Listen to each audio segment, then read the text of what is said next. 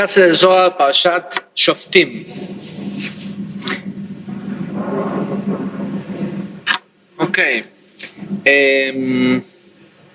Esta porción es realmente impresionante el significado místico que tiene.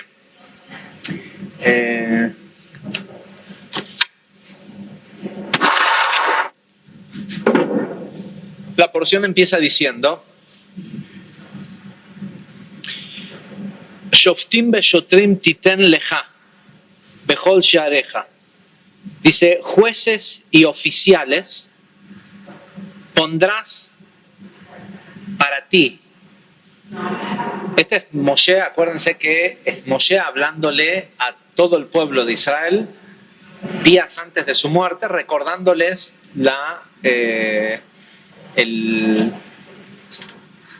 todos los preceptos que recibieron durante los 40 años en el desierto, ¿sí? Haciéndole como una especie de resumen. Y sin embargo la porción está escrita como si fuera que Moshe le está hablando a una sola persona. No dice Shoftim beshotrim titen lachem, se pondrán para ustedes. Dice titen lecha. Lecha es en singular, es a una persona sola. En todas las puertas de las ciudades que Dios te va a dar, ¿sí?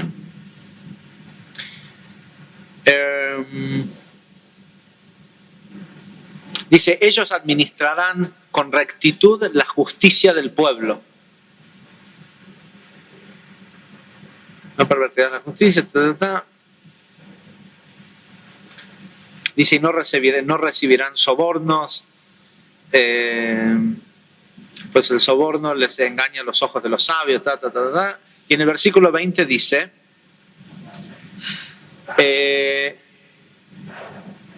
Tzedek tzedek tirdof leeman tie. Dice, justicia, justicia perseguirás. Parece lógico, ¿no? Estás por entrar a una tierra, a un lugar en donde vas a vivir. Lo lógico es que tengas jueces, por si hay algún problema legal, y que tengas policías, oficiales que cuiden el orden.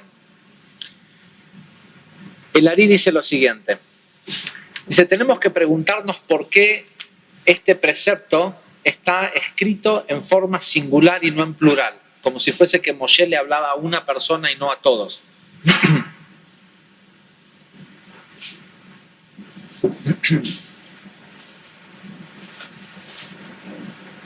Esto es en realidad para indicar que cada individuo del pueblo de Israel tiene, porque dice, pondrás jueces y oficiales en todas tus puertas, ¿sí? En todas tus puertas. Bechol sheareja, de las ciudades o del territorio que Yud Kei Vav Kei tu Dios te ha dado o te va a dar según las tribus.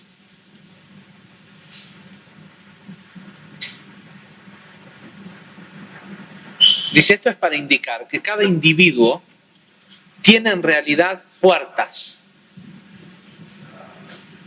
Cuando habla de en todas las puertas, no se está refiriendo, dice Larry, antes las ciudades generalmente eran ciudades fortificadas o amuralladas y tenían puertas, ¿sí? Hay ciertas, y si las ciudades eran centros específicos de comercio o lugares importantes en el mundo, tenían muchas puertas. Sí, Jerusalén, uno va y la ciudad tiene la puerta de norte, sur, un montón de puertas. La puerta de Damasco y hay un caminito, ¿no? Uno sale por ese camino y si va por ese camino llega hasta tal lugar. Entonces pareciera lógico que hay que poner, no sé, migración en las puertas. Dice, sin embargo, lo que quiere referirse la Torá, dice Larry, se refiere a que el ser humano tiene varias puertas de entrada. Estas puertas son la puerta de la vista, o los ojos, la puerta del oír o los oídos, las puertas del habla o la boca, las puertas del olfato, la nariz, y las puertas del tacto, que consiste en las manos y los pies. Sabemos que de los 248 secciones de los órganos del cuerpo, la piel es un órgano, ¿sí? La piel, toda la piel es un solo órgano. Dice, estas puertas son el lugar por donde entra y sale conciencia o dominio. ¿Sí? Dominio quiere decir el poder de controlar algo, ¿sí? Entra y sale la capacidad de controlarlo o la pérdida de ese control.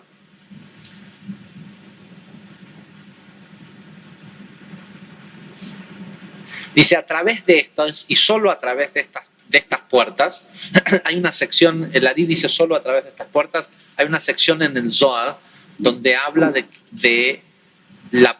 del pensamiento como puerta también, ¿sí? Adicionalmente a lo que el Ari va a explicar acá. En realidad, porque el pensamiento es una de las puertas entre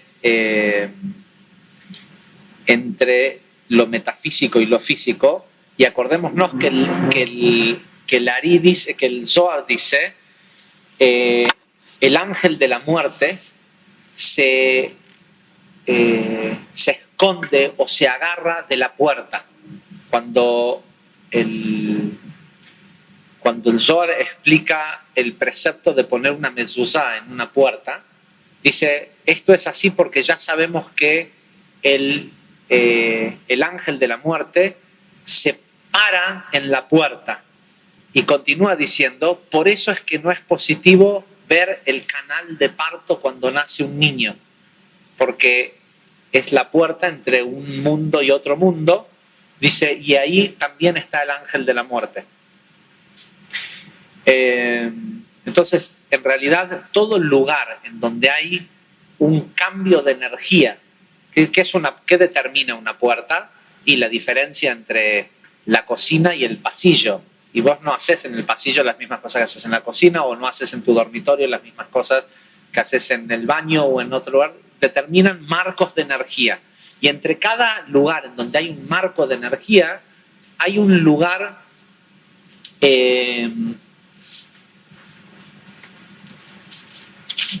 híbrido entre uno y otro, un lugar sin definición, y el concepto de la no definición es el concepto del ángel de la muerte. El principio de lo no definido es el lugar en donde la clipá se alimenta. Si te paraste en el marco de la puerta, ¿estás en la cocina o en el pasillo? Y un poco entre los dos. No, estás no estás ni en la cocina ni en el pasillo, estás en la casa del oponente, del satán o de lo indefinido.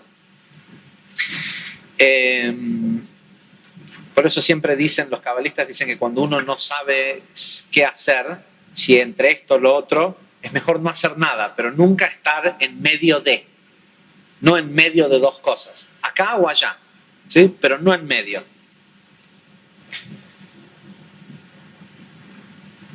Y esta es la razón por la cual en los rezos, entre un rezo y otro, siempre hay un Kaddish.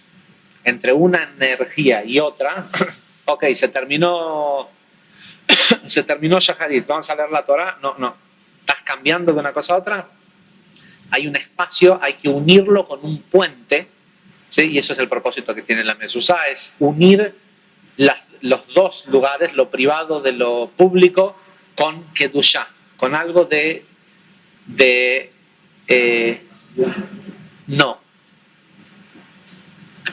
completion, ¿cómo se dice? No, completud. ¿Sí? La idea de que algo es kadosh viene de completo. Eh,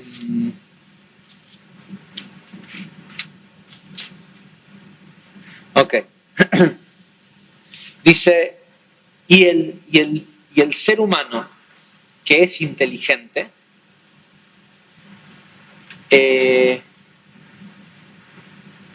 ¿cómo se dice cuando uno pone a un policía en un lugar?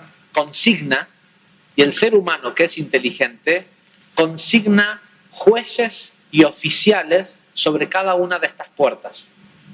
Los ojos, el oído, el habla, el tacto, y el tacto está dividido entre el tacto y los pies, y ahora vamos a ver por qué hay estas dos partes forman...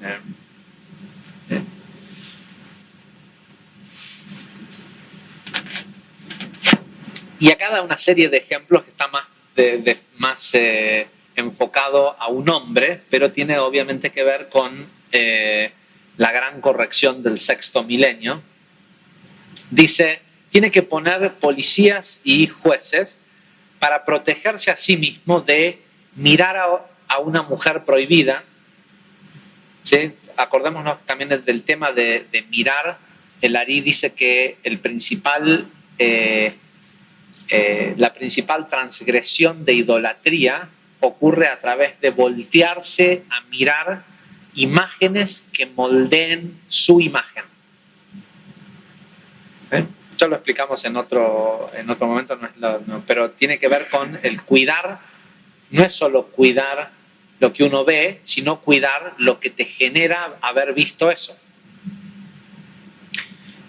Nosotros que entendemos con más detalle cómo funciona el sistema de precipitación de energía desde lo metafísico a lo físico, sabemos que no es lo mismo, y esto especialmente para un hombre, no es lo mismo ver a una mujer atractiva y disfrutar la belleza de esa mujer que permitir que te genere un pensamiento de excitación sexual. Es decir, que te genere una emoción. En el momento que te genera una emoción, genera una acción. Y si esa acción está vacía, ¿sí? ¿Cuál es la mujer prohibida? La mujer prohibida es con la que no va a terminar ocurriendo nada. Esa precipitación de energía en vano, ya lo hemos explicado en el curso 3 y en algunos de los cursos, genera un tipo de contaminación y engendra entidades. Entonces, ¿está mal voltear a ver a una mujer linda? No, no está mal. Permitirte que eso que estás viendo moldee, que eso que volteaste a ver modifique tu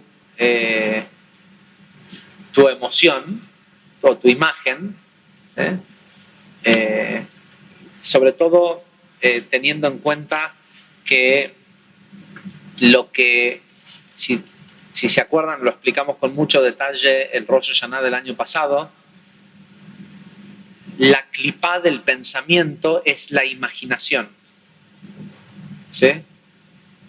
La negatividad del pensamiento, porque nosotros estamos acostumbrados a que todo lo que se nos presenta tenga una esencia y una clipá encima. Nadie espera ver de un árbol de naranja pulpa de naranja colgando. Esperamos naturalmente que tenga una cáscara. Entonces, cuando se nos presenta un pensamiento jugoso, le generamos inmediatamente una cáscara. Esa cáscara, esa clipá o esa negatividad que nos separa del jugo del pensamiento se llama imaginación. Cuando a las personas les decís, imagínate si te ganás $200 millones en la lotería, inmediatamente empieza a imaginarse cosas. Eso que se imagina generalmente es una clipá, es una negatividad. ¿Por qué? Porque la clipá siempre tiene que ver con un aspecto de egoísmo.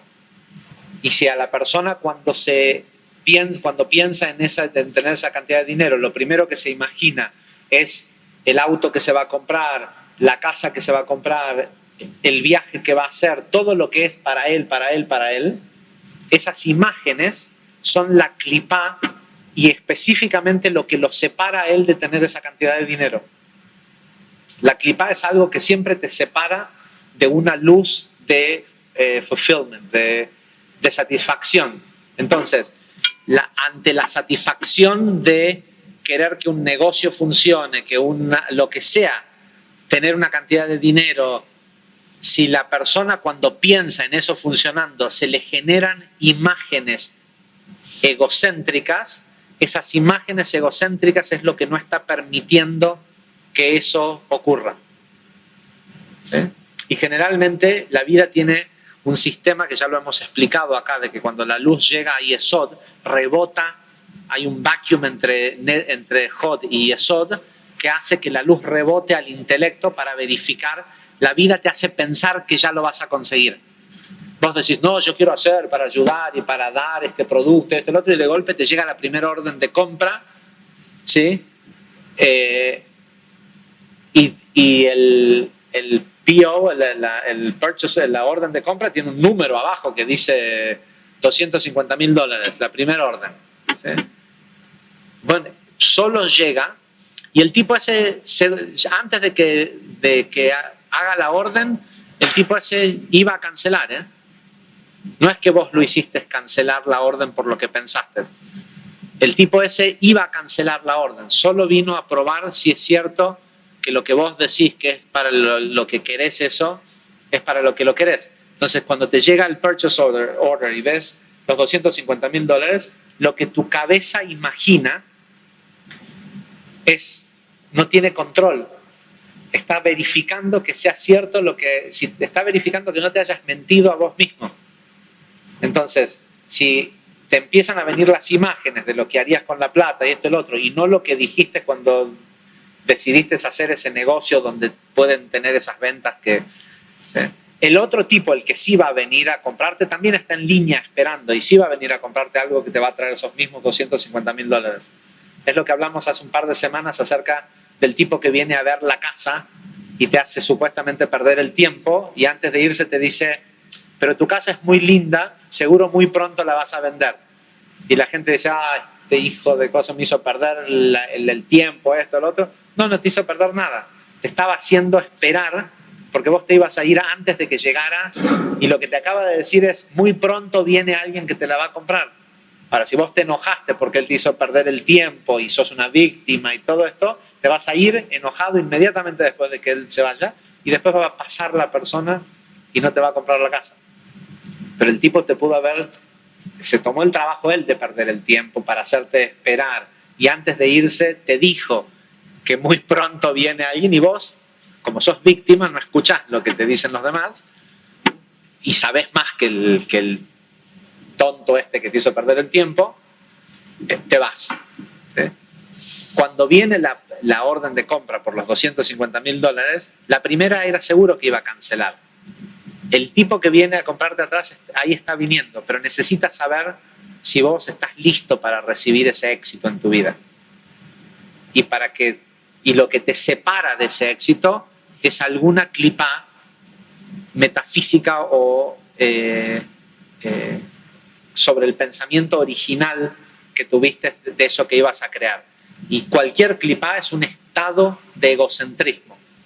¿Sí? Es un estado inmaduro de esa idea. Entonces, te vienen y te chequean, a ver si, por tu bien, a ver si decís, uy, por fin voy a tener la plata para hacer eso que dije que iba a hacer por los demás, o si pensás primero en la casa o el esto o el otro. Entonces,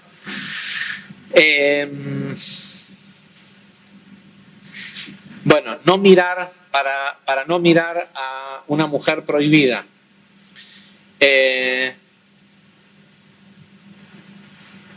Debe poner jueces y policías para no escuchar hablar malicioso de ninguna persona. Tiene que cuidarse él de no hablar maliciosamente. Tiene que cuidar el olfato, ¿sí? Para no ser seducido por el aroma, dice, de una mujer. Siempre que se habla de una mujer se está hablando de la fisicalidad, de Malhut, ¿sí? No es una mujer, sino del atractivo que tiene el mundo físico.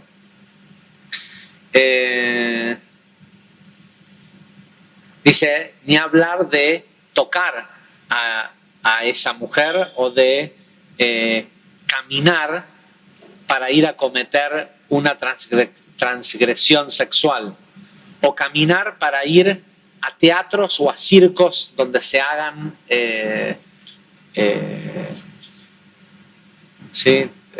cosas que intoxiquen, según el Ari, los sentidos el pensamiento del hombre. Dice, y por eso habla de muchas puertas, pero habla de una persona en específico. Este mandamiento no tiene nada que ver con algo que tenían que hacer cuando llegaran a la tierra, a la famosa tierra que les iban a dar. Esto es algo que está decretado para cada individuo en particular. Dice, cuando una persona cuida estas puertas de cualquier tipo de transgresión, se dice de él, hay una frase, que ahora les voy a decir de dónde viene, una frase de Isaías 26:2, que dice, abran las puertas para que los justos pasen a través de ellas. Medida por medida. Medida por medida tiene que ver con que, acá no sé si está explicado más abajo, pero porque en realidad cada vez que una persona duerme y su alma se eleva, tiene que atravesar 7 puertas. Y estas 7 puertas corresponden a 310 mundos de iluminación, y son lo que se conoce como los 7 firmamentos, pero en realidad son 7, está explicado con mucho detalle en el Talmud, y dice de que en cada uno de los, esto sí lo dice acá, dice, es bien sabido que el camino, en el camino entre la tierra y los cielos, hay todo tipo de ángeles acusadores y destructores. Y que hay 7 puertas que la persona tiene que atravesar. Y cada una de ellas tiene un guardián. Cuando el alma asciende en la noche, estos guardianes inspeccionan al alma. Y solo aquel que es merecedor de cruzar esa puerta puede atravesarla. Y por cierto, no sé si sacaron la cuenta que eran 7 las puertas de las que hablan los sentidos. Y según qué nivel de ¿cómo se dice? De diligence,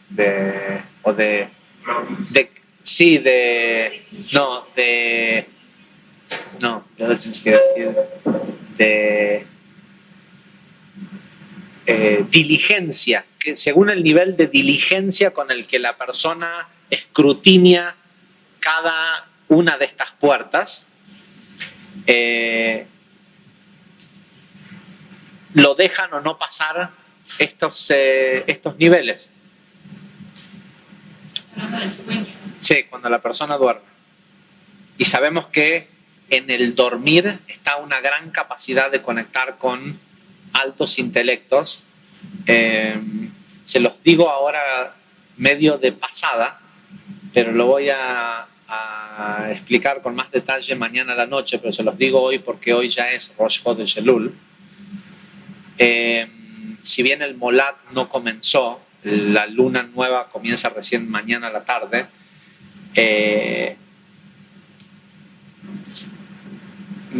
si no, igual mañana lo voy a explicar en Rosh Chodesh en más detalle, pero la idea de desdoblar al alma y mandarla a hacer cosas cuando uno duerme, hoy y mañana, esta noche y mañana son los 2 días más importantes del año para hacerlo. Porque el día 40 a partir de mañana es Yom Kippur. Y hoy a la noche, o sea mañana, es el día en que Moshe subió a buscar las últimas tablas definitivas, que son las que tuvimos, y esas tablas eran el antídoto contra todo tipo de negatividad. Y el día 40, donde eso termina de precipitarse, es en el día en el que se precipita toda la luz para todo el año. Entonces, hacer ese ejercicio de lo que explicamos en el curso de sueños o en la clase de sueños en el tercer nivel. Mañana igual lo voy a volver a explicar porque va a haber mucha gente nueva que lo puede usar como herramienta. No hay otros dos mejores noches para hacerla que esta noche y mañana a la noche. Pero bueno, sabemos que cuando una persona duerme, según a dónde el alma se eleva, es los intelectos que va a poder y cuánto puede elevarse depende de cuánto cuide sus puertas durante el día. Ok.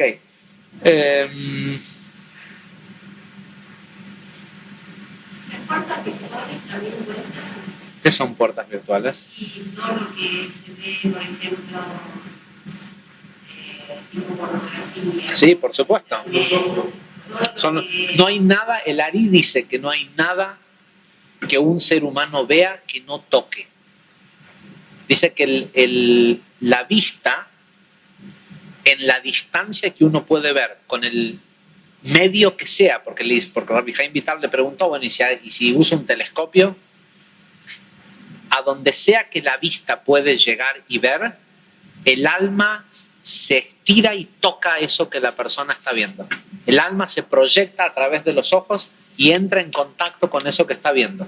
Entonces, si está viendo pornografía, eso que está viendo, si no fuera así, ¿por qué excita sexualmente a una persona ver pornografía? Porque está participando de eso. Sí. Ahora todos confiesan que... Sí, hay grupos de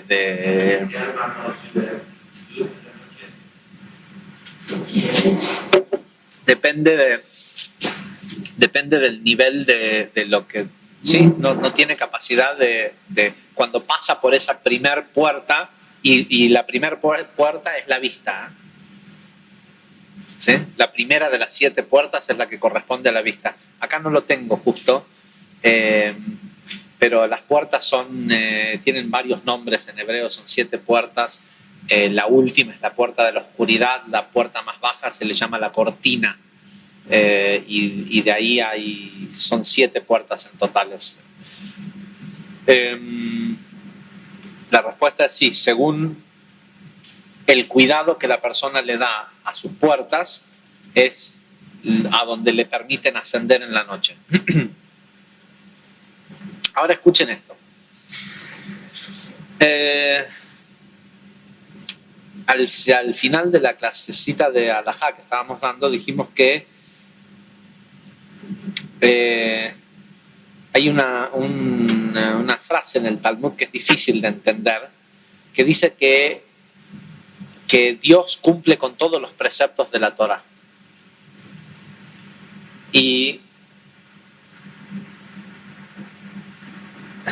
el Zohar también dice de que Dios estudia Torá a la noche, ¿sí? Pero que no sabe toda la Torá. Todo, bueno, sí sabe, pero como hay un precepto de estudiar Torá, Él también lo hace. Y ya lo hemos explicado en otro lugar que el concepto de Torá u mitzvot, de los preceptos de la Torá, son una carga sobre el ser humano para tratar de dominar al ángel de la muerte, dominar al deseo egoísta de la persona. Y que ese trabajo es llamado Avodat Hashem, el trabajo de Dios, porque al que más trabajo le cuesta es a Dios. Lo más trabajoso la cosa más dolorosa que Dios tuvo que hacer en su vida es crear un mundo imperfecto o que tenga la apariencia de la imperfección solo por nuestro beneficio. Y si bien Él sabe que el sistema es perfecto, le dice que le produce dolor constantemente el que nosotros no lo podamos percibir como tal. Y por eso al que más trabajo le cuesta esta creación es a Dios, y por eso en hebreo la expresión Avodat Hashem, el trabajo de Dios, o lo que se traduce como espiritualidad o trabajo espiritual, en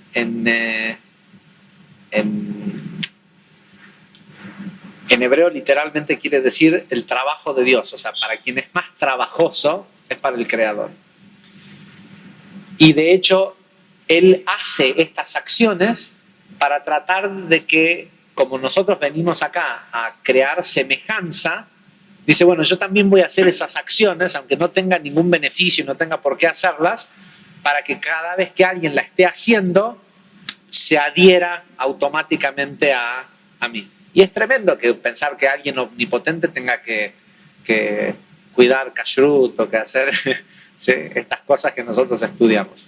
Como estamos humanizando el concepto de Dios que siempre era la luz simple, de repente piensa, cree, hace kashrut. Sí, sí. Bueno, ojo que todo esto es una expresión que no lo vas a ver escrito en el Zohar. Esto es una cosa que viene del Talmud, pero es una percepción que los sabios del Talmud, Rabbi Shimon también fue un Taná. Y él podría haberles dicho, no, ¿cómo van a decir semejante cosa? Si Rabbi Shimon también estaba sentado en la mesa donde se escribió el Talmud. ¿Sí? Entonces, el permitir que fuera escrito de esta forma y todo esto, esa percepción que tuvieron estos sabios, tiene una parte, ocurre en un nivel, en una de las realidades. Y ocurre, según esto, es como un trabajo que el creador hace y como esto ocurre en Atzilut, esto ocurre en un nivel potencial, por decirlo de alguna forma. No es que Dios se levanta y se pone tefilim en la mañana, pero la acción de ponerse tefilim existe en Atzilut. Aunque allá no hay nadie que lo pueda hacer porque no hay tefilim. ¿Sí? Pero el potencial de los tefilim existe, el potencial de ponérselos, todo esto existe. ¿Sí? Sin materia, ¿no? Ok. Dice, los ángeles acusadores y los ángeles destructores de los que hablábamos anteriormente son el equivalente a los policías y los jueces que la persona tiene que ponerse a sí mismo del lado del bien. Estos son, como todo tiene una correspondencia, son los del lado del mal. Dice, y verifican, ¿sí? Si ese aspecto de la persona estuvo cuidado por jueces y policías, ellos no tienen que intervenir. Si el trabajo está hecho, ellos no intervienen. Si el trabajo no está hecho, intervienen en el momento en el que la persona duerme. De hecho, el Zohar dice que quien acusa al ser humano de las cosas que él hizo durante el día es su propio alma cuando se va a dormir. ¿Sí? Dice que la persona, cuando ha hecho muchas cosas malas durante el día, suele estar muy cansado, porque el alma quiere rápido irse para ir a conseguirle consecuencias negativas a cambio de lo que hizo, para que no lo vuelva a hacer. ¿Sí? Y por eso parte de lo que se llama tikkun karet, que uno hace cuando se queda despierto toda la noche, es vencer al cuerpo para no dormirse, para no ser acusado. Y uno lo hace generalmente en la noche de la muerte de Tzadikim, y esto por lo que explicamos en Shabbat, acerca de lo que ocurre en la Silulot de los Tzadikim, que los fuegos de los juicios, ¿sí? Son aplacados, por decirlo de alguna forma. Ok, y después hay una sección cuando habla sobre lo que se le debe dar para hacer a los jueces, en donde dice lo siguiente. Déjame ver si encuentro dónde está. Está hablando de llevar cosas a los tribunales supremos y dice, cuando no puedan emitir un veredicto en materia legal, es decir, distinguir entre sangre y sangre, así está escrito en la Torá, entre sangre y sangre, o no puedas determinar qué sentencia dictar, no puedas distinguir entre una afección y otra afección, o una afección pura y una afección impura, o cuando haya desacuerdo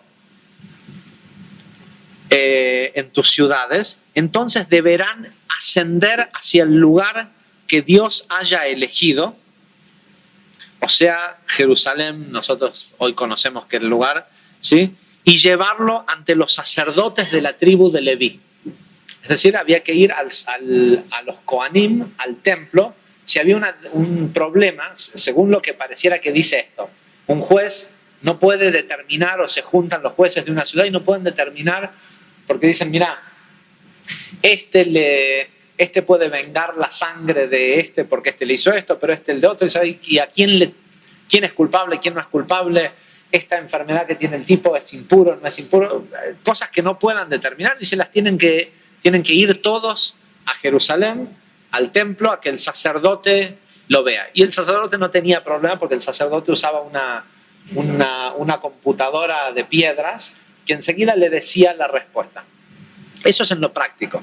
Ahora el Ari quiere explicar, dice, si no es cierto que de lo que se trata es de poner policías y jueces en cosas, sino que tiene que ver con las partes del cuerpo, ¿qué tiene que ver esto de no poder distinguir entre una sangre y otra y entre una enfermedad y otra y este y lo otro? Dice, y trae otra vez el versículo que acabamos de leer, si algo es demasiado complicado para el juez, es decir, si está pasando algo que no estás pudiendo cuidar para tu vista o para, ¿sí? Que no estás pudiendo con esto, sea entre dos tipos de sangre o entre dos tipos de casos o dos tipos de plagas, ¿sí? Lo que hay para ver acá es malo, pero lo que hay para ver allá es peor.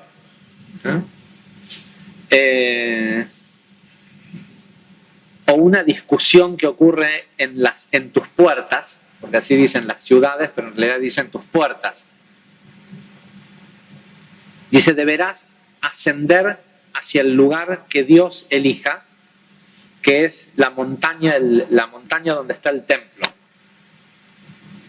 Dice, de acuerdo a nuestros sabios, esta frase, y generalmente cuando el Ari escribe en estos términos se refiere a lo que sea que el Zohar dice, o cuando habla de los sabios, a veces se refiere a los sabios a quienes el Zohar cita.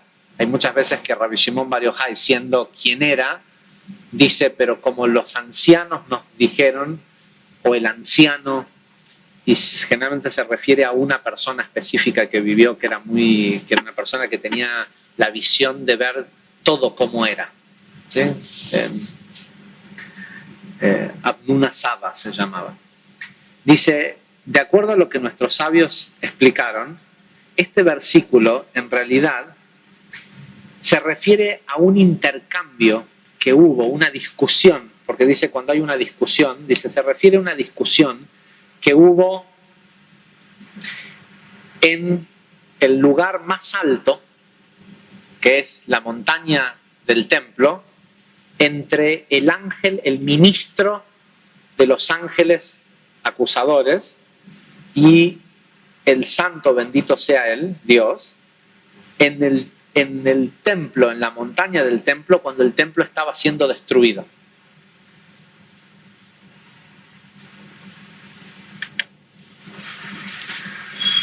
Dice, y el Ari explica, dice, lo que vamos a ver a continuación es una queja que hay de parte de...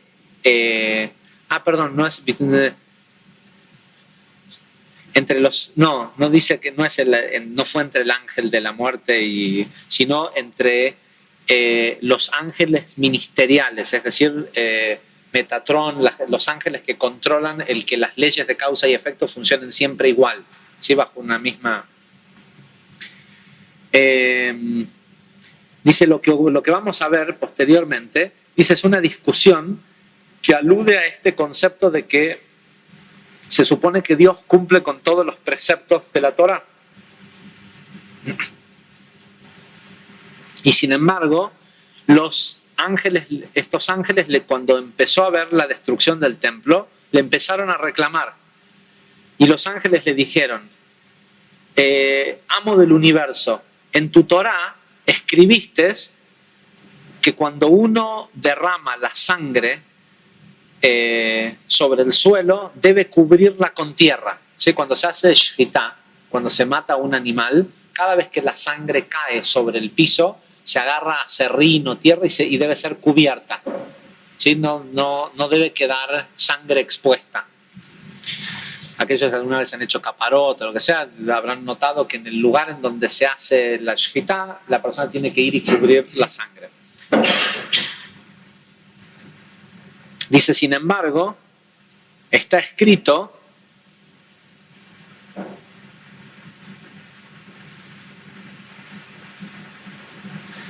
las naciones, oh Dios, las naciones, esto viene seguramente de Ezequiel o de Eija, dice, las naciones conquistaron la tierra de tu herencia, desacraron tu templo,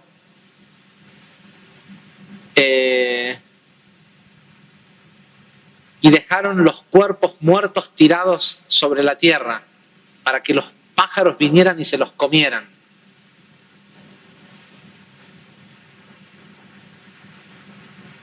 Dice, la carne de tus peones quedó tirada para las bestias de la tierra.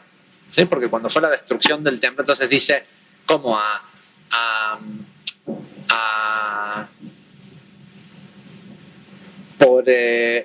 Por Abel abriste la tierra para que lo tapara la tierra y no quedara cosa, y después después de que ya habías escrito en la Torá que cuando queda una gota de sangre en la tierra hay que cubrirla, vos dejaste cuerpos tirados por todos lados, ¿sí? Como diciendo, ¿cómo este Dios permite que pase esto? ¿Sí? Los cuestionamientos que uno tiene, el holocausto y esto y lo otro, ¿cómo puede ser que si hay un Dios? Okay. Y continúan los ángeles diciendo, en tu Torá dice, no matarás al animal y a sus hijitos en el mismo día. Dice, sin embargo, está escrito, madres y bebés fueron asesinadas todas juntas.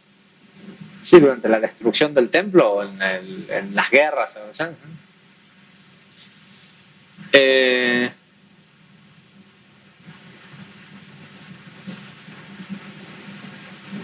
Dice, y en tu Torá también dice,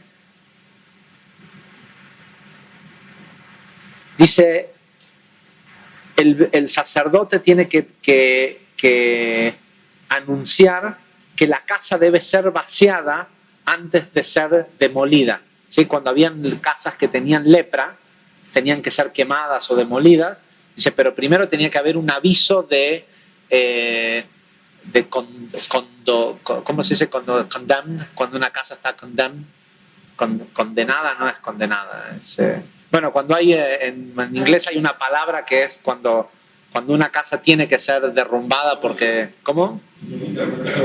No, bueno, cuando a la casa se le pone ese estigma de que ya está listo, es un aviso para que la gente se vaya, todo esto. Dice, sin embargo, está escrito que ellos vinieron y quemaron la casa de Dios y destruyeron las paredes de Jerusalén. Y las quemaron y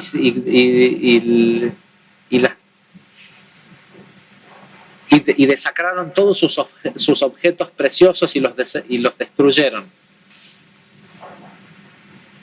Y la respuesta que Dios le da a los ángeles que le reclaman esto, y esto se lo estaban reclamando mientras Jerusalén estaba siendo destruida. ¿Sí? Los ángeles veían que estaba pasando esto y decían, pará, o sea, si vos tendrías que tener el poder de poder detener lo que sea.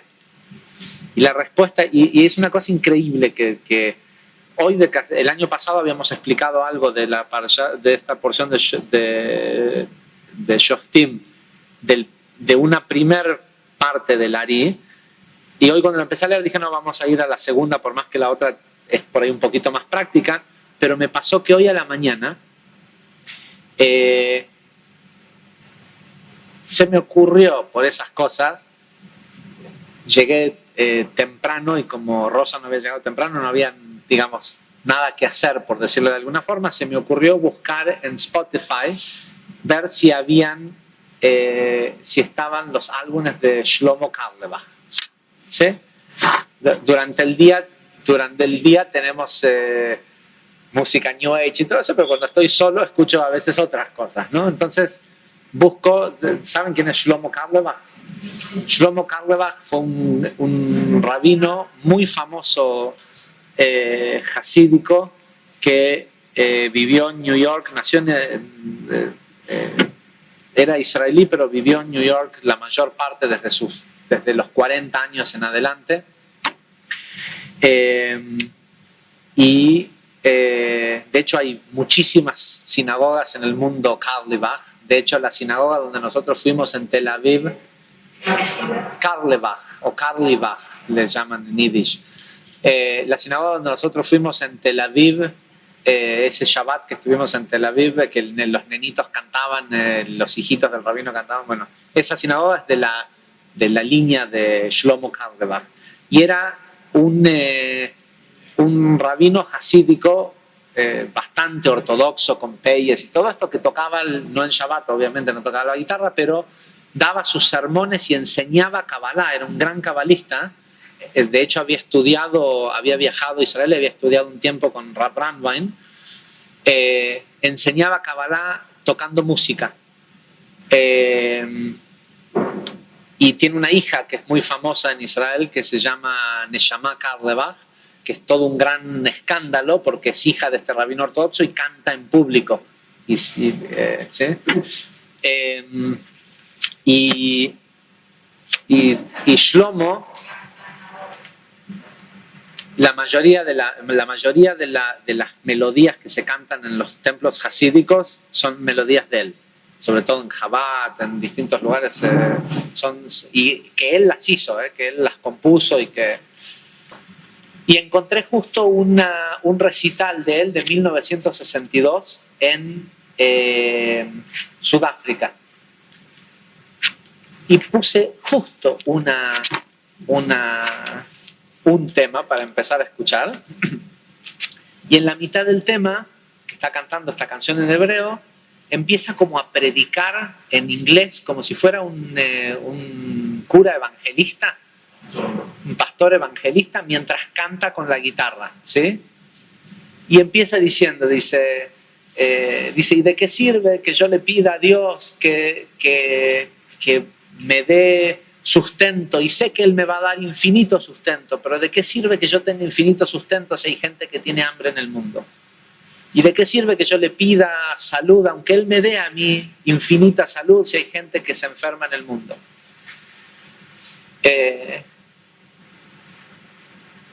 Y recuerdo, ¿no? De dónde es esta sección que él está. No es que lo está diciendo porque solo así lo piensa, sino que está hablando específicamente de una sección del Zohar cuando dice esto. Y justo en esto que después, a las 5:30 de la tarde, cuando me puse a preparar la clase, en esta parte que el año pasado no la habíamos leído y la leímos este año en el mismo día, es esto que va a decir el Ari ahora. Dice, ¿qué le responde Dios a los ángeles? Dice, ¿acaso hay paz en el mundo? Los ángeles le dicen, mirá, estás permitiendo esto y esto. Y a tu pueblo. ¿Sí? Y Dios le contesta, ¿acaso hay paz en el mundo? ¿O no saben que si no hay paz es lo mismo que no haya nada? Y Shlomo, a Shlomo Carlebach no le gustaba que le digan rabino. No permitía que sus alumnos no le decían, sus discípulos no le decían rabino, le decían Shlomo. Y él le decía amigos a sus estudiantes.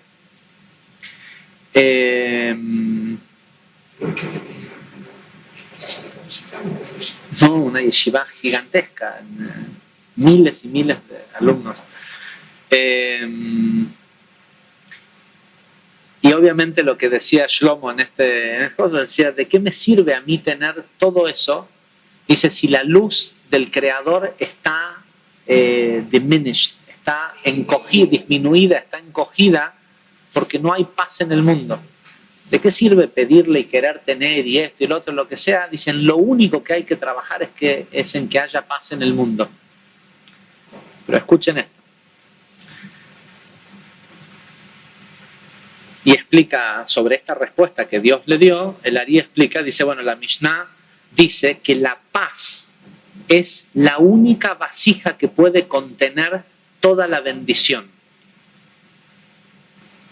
Y esto quiere decir que mientras no hay paz en el mundo, no hay un punto en donde la totalidad de Dios pueda ser bestowed. To bestowed es entregada. ¿Sí? No hay un solo punto en toda la tierra donde toda la totalidad de la energía de Dios, de la luz de Dios, pueda ser entregada. No importa que vos seas un tzaddik, que tengas el mérito de recibirlo todo, no es todo. Porque hay una guerra en algún lugar del mundo. ¿Sí? Esto es algo que lo dice la Mishnah. Dice: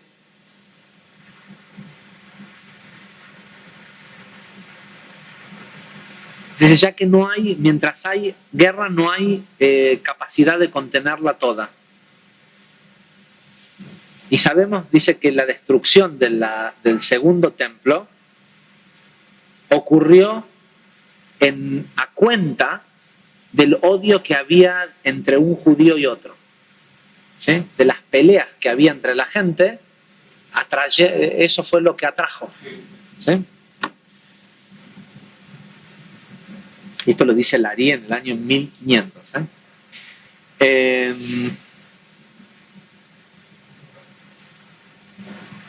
Dice, sin embargo, es interesante ver que todas las que la discusión esta que ocurre cuando se estaba destruyendo el segundo templo, son todas parte del cómo se cuenta en la historia que el primer templo fue destruido. Que en sí también tiene un aspecto de decir, no aprendimos.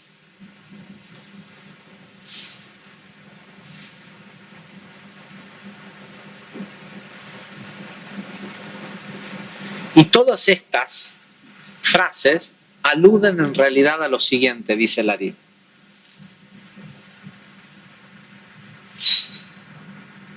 Cuando algo es complicado para el juez y está entre una sangre y otra, es decir, entre dos tipos de sangre,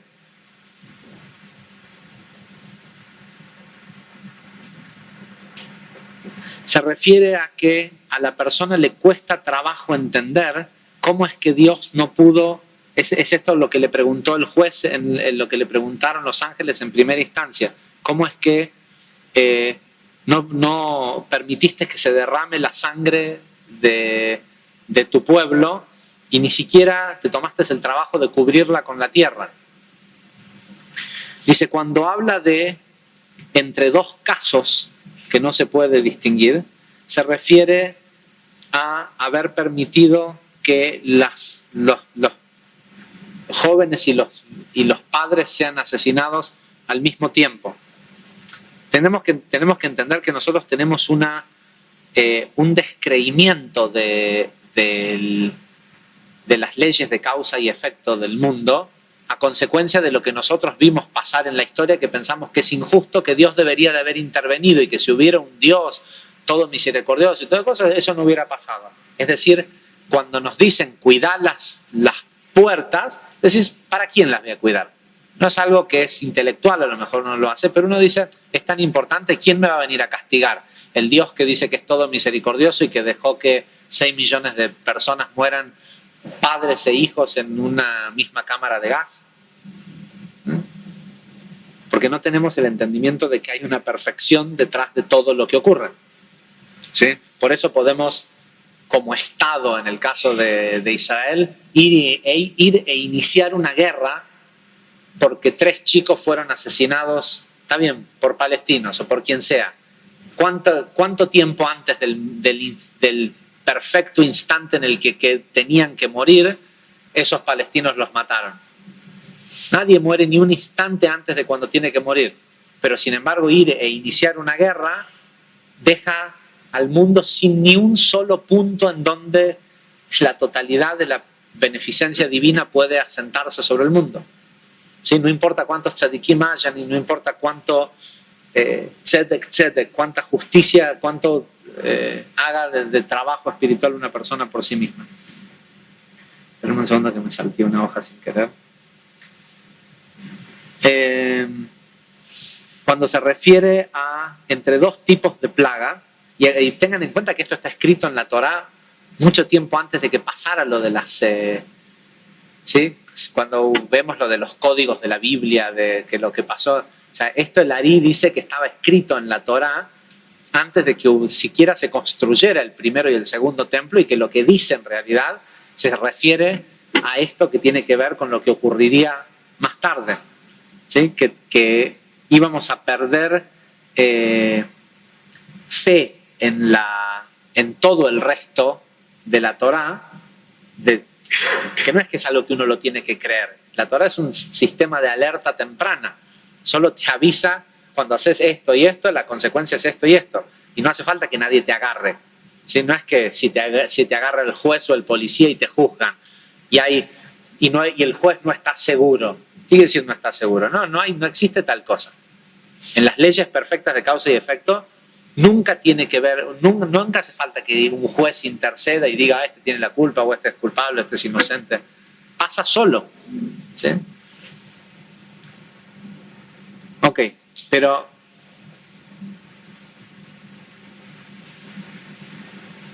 dice, y entre dos tipos de plaga se refiere a las peleas que hay adentro de tus puertas.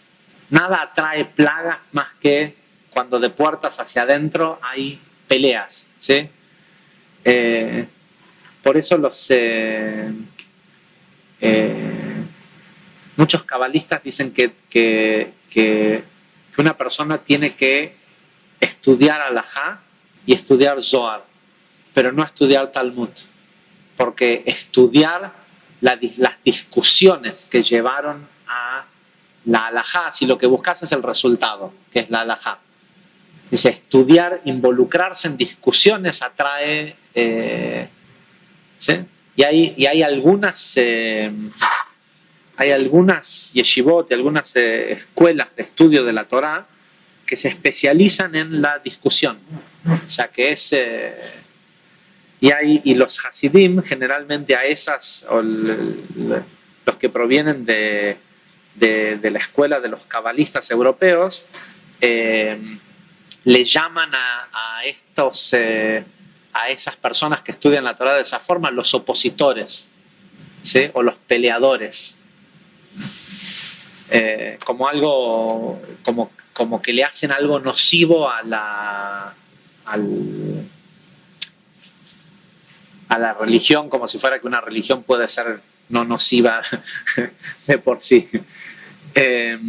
Dice, y el verso continúa, concluye diciendo,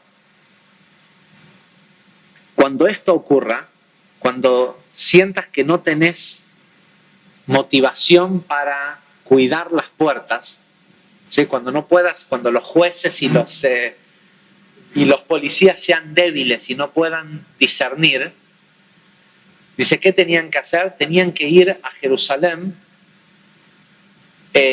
todos juntos. Dice, vayan todos, la frase literalmente de la Torá dice, suban todos al lugar que Dios va a elegir para ustedes. Dice, ¿cuál es el lugar? Dice el Ari. Dice, es Jerusalén, la ciudad en donde todo se vuelve a unir, en donde todos vuelven a ser amigos, ¿sí?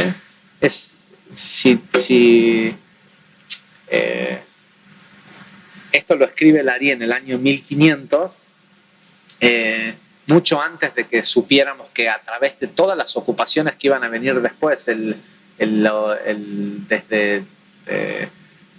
la ocupación otomana, desde la ocupación jordana, la ocupación inglesa, todas las ocupaciones que tuvo Israel hasta ahora, el Estado de Israel, que se puede decir que tiene un estado de ocupación sobre Jerusalén porque no está reconocida legalmente como parte del Estado. Siempre Jerusalén es el único lugar en donde todas las religiones pueden vivir juntas, ¿sí? Discuten y esto y lo otro, pero no hay guerra en Jerusalén, ¿sí? Este es el lugar y de hecho hasta el Estado de Israel hacía cientos y cientos de años que judíos, cristianos y musulmanes vivían en... de hecho, no se conocía el concepto de ser palestino. Es decir, no se conocía el concepto de que ser palestino estaba asociado a ser musulmán. Porque los israelíes que nacían en Kosovo eran de nacionalidad palestinos. Todos los israelíes que nacieron antes del Estado de Israel, sus pasaportes dicen nacidos en Palestina. ¿Sí? Entonces, había judíos palestinos y cristianos palestinos, todos eran palestinos. ¿Sí? Porque obviamente no existe tal cosa como el pueblo palestino. No hay, o sea,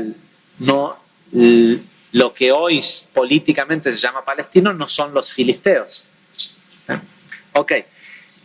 Ahora, ¿qué quiere decir esto? Dice Jerusalén, esta idea de subir a Jerusalén, que obviamente antes de que el templo fuera destruido uno podía hacer esto, pero cuando la Torá fue escrita, de la misma forma que sabían que iba a haber un templo y que iba a ser destruido y todo esto, también sabían que esa ciudad iba a ser el lugar en donde iba a ser en esa montaña. Porque ahí fue donde Jacob durmió.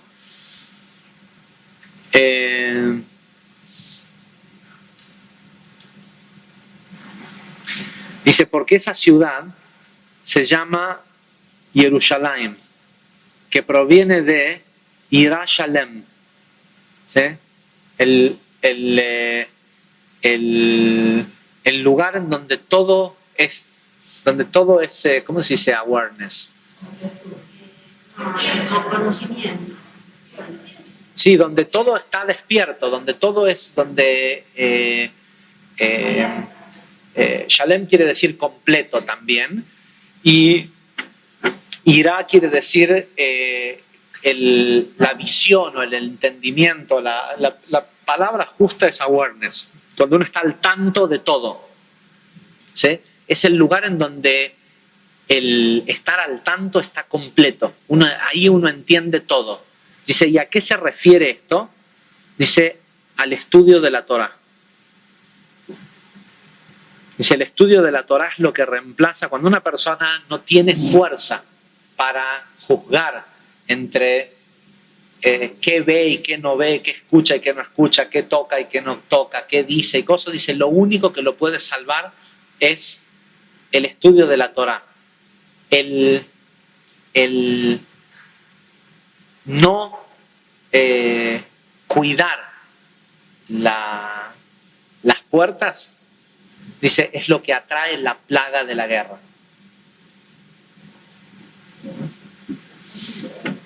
Vieron que nosotros decimos lo que alimenta la clipá de la guerra, qué es lo que hace que genere una guerra. Todo dice que además que está relacionado, sobre todo los pies y el tacto, que son los que están relacionados con la piel, hacia dónde uno va por la vida y con lo que uno entra en contacto carnal, está relacionado con esto de entre una discusión y otra dentro de tus puertas.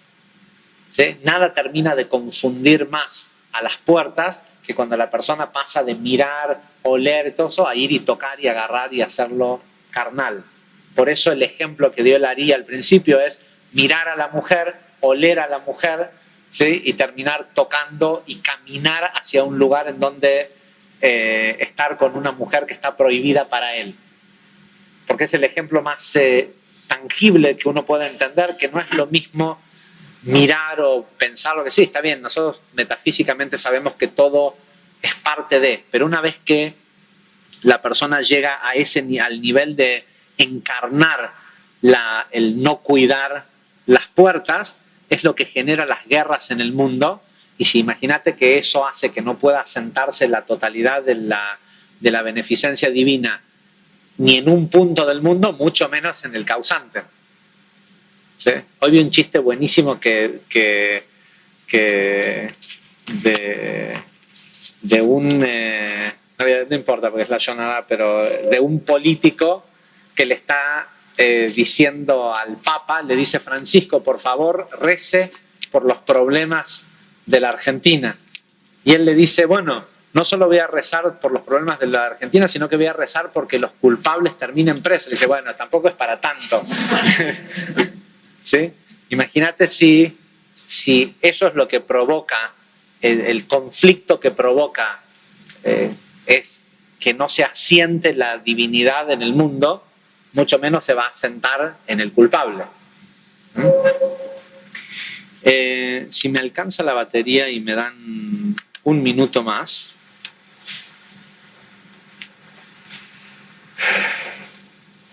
En el versículo, en la segunda sección del Zohar de esta semana, respecto a esto de Tzedek, Tzedek, Tirdof, perseguirás, justicia, justicia perseguirás, dice lo siguiente. Habla de, sabes que por las dudas, sabes que no sé dónde está mi cable. Creo que está por ahí dando vuelta Cuando se habla de cuáles son los castigos para ciertas personas en esta parashá, que Dios dice de que tal y tal precepto, el romper tal y tal precepto será castigado por la espada, por la estrangulación, o sea, ahorcado, por fuego o por apedramiento.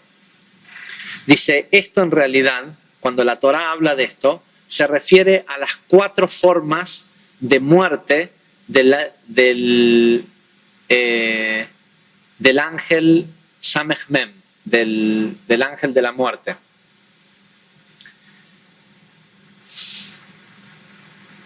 Dice sobre este ángel,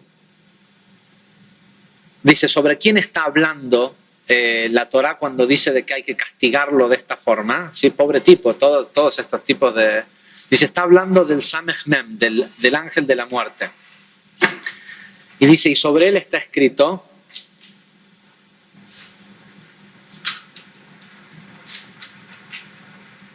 dice, y sobre él está escrito la frase en Yeshaya, que dice, y mi espada descenderá de los cielos y descenderá sobre Edom. Gracias. Y descenderá sobre Edom. La espada del santo, bendito sea él, el que es la Yud del nombre Yud Kei Vav Kei.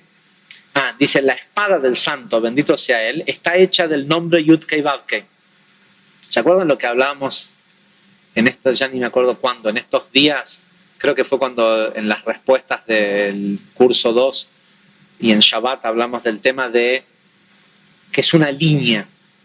Hay una línea, una sola regla con la que uno tiene que medir todo, que es Yud Kei Vav Kei. Atzilut, Briah, Yetzirah y Asiah. Y con esa misma regla medir todo. Dice, la espada del santo, bendito sea él, que dice que va a descender y va a matar o va a descender sobre Edom. Edom pareciera ser que uno puede decir que fuera Roma. Esa es la traducción, pero ahora el Zohar va a explicar qué quiere decir. Dice, la espada de la que habla es el nombre Yud Kei Vav Kei. Dice, la letra Yud es el mango de la espada. La letra, que es cortito, la letra Vav es la hoja y las 2 letras Hei son los filos de la espada. Y este es el secreto de Tzedek, Tzedek, justicia, justicia perseguirás. Justicia, justicia se refiere a los 2 filos, a las 2 letras Hei, que por cierto, obviamente, solo se puede hacer justicia en la Hei de Malhut si se empezó con la Hei de Binah, que es de donde proviene la luz que baja a este mundo.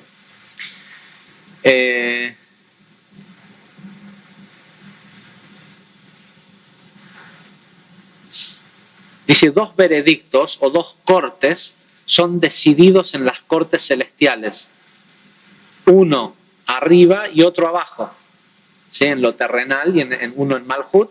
Siempre que ocurre algo en este mundo en Malhut, no ocurre si no acaba de ocurrir. Siempre abajo es como arriba y arriba es como abajo, ¿sí? Entonces, cuando hay un juicio en este mundo, ese corte, ese cuchillazo, tiene dos filos. Ocurre en Binah y también ocurre en Malhut, es decir, en las dos letras Hei. Y siempre ocurre a través de la hoja que es Zeirampin, ¿sí? Pensaste chueco, vas a sentir chueco y vas a actuar chueco. Pensaste recto y vas a sentir recto y vas a actuar recto.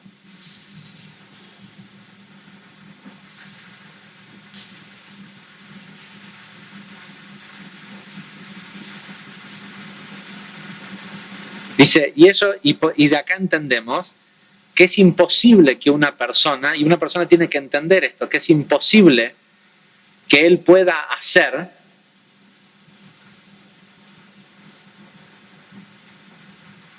la más pequeña de las cosas en este mundo si no empezó por algo, por el permiso en el mundo superior. Nadie puede hacer algo físico acá si primero no lo pensó y todo. Dice, ay, discúlpame, no lo pensé. Mentira. ¿Sí? La más pequeña de las cosas que un ser humano hace siempre es producto de algo que piensa. No es posible que una persona haga algo sin haberlo pensado antes. Pero hemos instituido que pedir perdón diciendo, uy, discúlpame, no lo pensé, funciona. En realidad no detiene las leyes de causa y efecto. Dice, la vaina de donde sale esa espada es el nombre Adonai, ¿sí? Por eso nosotros cuando tenemos que mencionar el nombre Yud-Kei Vav-Kei, como no lo podemos mencionar, mencionamos este otro nombre, que es una cobertura, pero una cobertura siempre es una especie de clipá, ¿sí? No es la totalidad.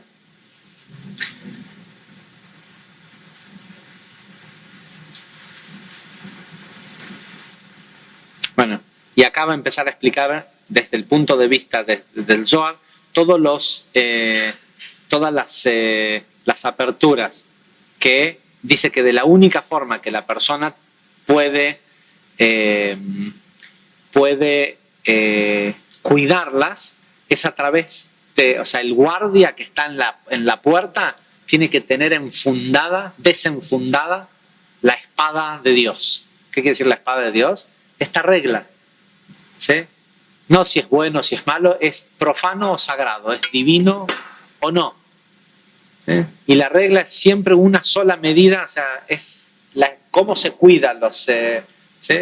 Vas a poner el sitio pornográfico en internet, si lo tenés que medir y sabés que esa regla con la que medís es el sistema mediante el cual se precipita beneficencia divina a tu vida.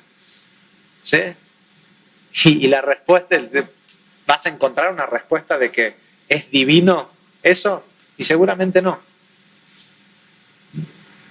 De la única forma que la persona puede proteger todas esas puertas es enfundando todo el tiempo en su mano esta regla, este único paradigma de medida de la realidad. No si es bueno, si es malo, si es cosa. Es parte del sistema puro de emanación, creación, formación y acción, y vas a encontrar que un montón de cosas no. ¿Sí? Y automáticamente va a estar cuidada esa puerta. Si el policía no está enfundando esa regla, no va a pasar de largo. Dice, ¿por qué quiere decir desciende sobre Edom? Cuando la persona tiene en la mano, o cuando está siendo guardián de eso, y tiene en la mano esta regla, o esta espada, dice, está sentenciando a muerte al ángel Samech Mem, al ángel de la muerte, a través de la espada, puesto que él es el ministro de los reyes de Edom. ¿Sí? ¿Cómo fue que se transfirió los mundos del caos a este mundo para ser rectificado en la materia del cuerpo humano de cada uno de nosotros? La serpiente tuvo relaciones con Javá, ¿sí? ¿Quién era la serpiente? La serpiente era el ministro, el ángel ministro de todos los reyes de Edom.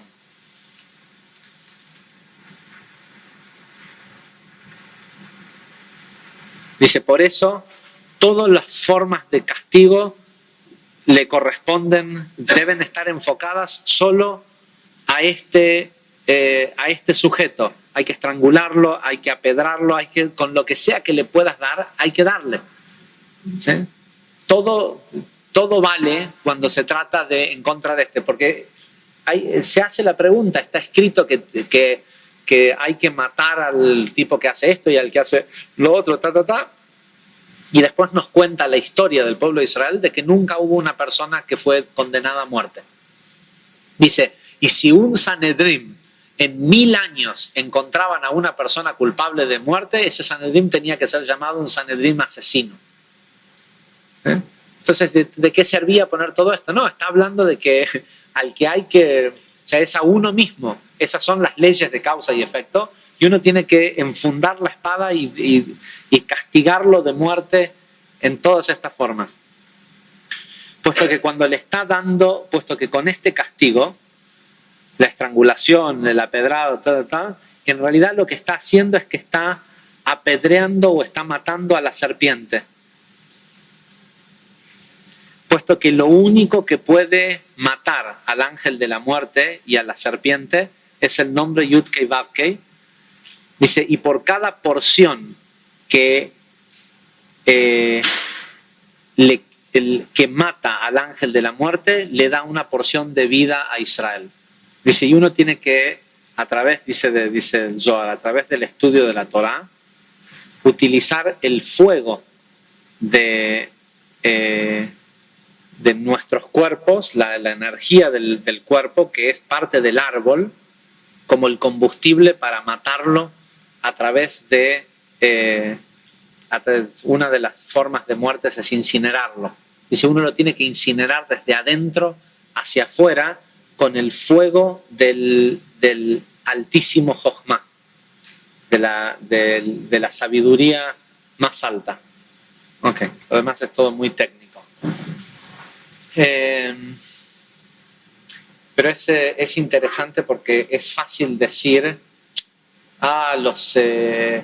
los kurdos peleando la guerra con tales y tales otros, y los israelíes con los palestinos, y los ucranianos con los rusos.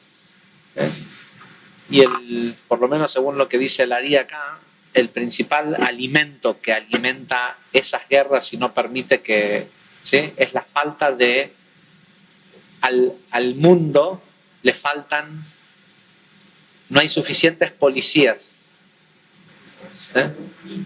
no hay suficientes fuerzas armadas, hay demasiadas armas de guerra y no hay suficientes fuerzas armadas con el único arma que disipa la muerte, ¿sí? Que es, ¿sí?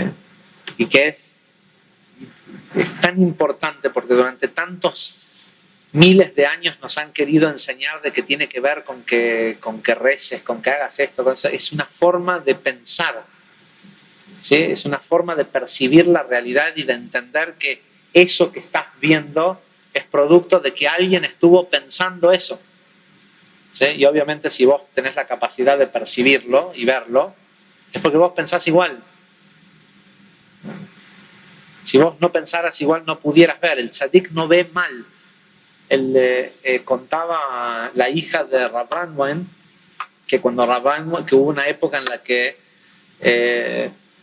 Rav Ranwain tuvo que, por un tema de carencia económica, tuvo que irse a vivir a un barrio en Tel Aviv, que habían vivido toda la vida en Jerusalén. Después se fue a dar clases a Tel Aviv y no tenía plata para vivir en el barrio ortodoxo de Tel Aviv. Y alquiló un departamento que estaba enfrente, el balcón, la parte de atrás, lo que ellos tenían en el contrafrente, por llamarlo de alguna forma, daba a un cine.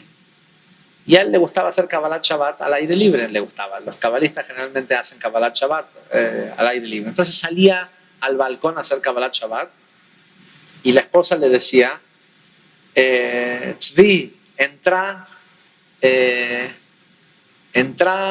no estés ahí afuera haciendo Kabbalat Shabbat viendo a toda esa gente romper Shabbat, porque la gente iba al cine viernes a la noche y el balcón de ellos daba a la entrada del cine.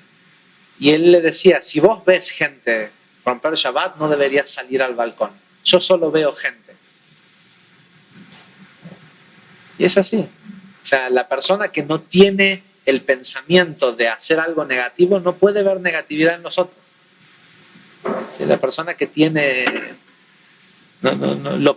eso que vemos que tanto nos molesta del mundo es porque nosotros lo alimentamos. ¿Y cómo lo alimentamos? Porque no somos parte del ejército, no somos parte de... Creemos o queremos estar, o lamentablemente hay mucha gente que quisiera ser parte del ejército, pero no sabe qué enfundar, no sabe con qué pelear. Hasta la semana que viene. Muchísimas gracias.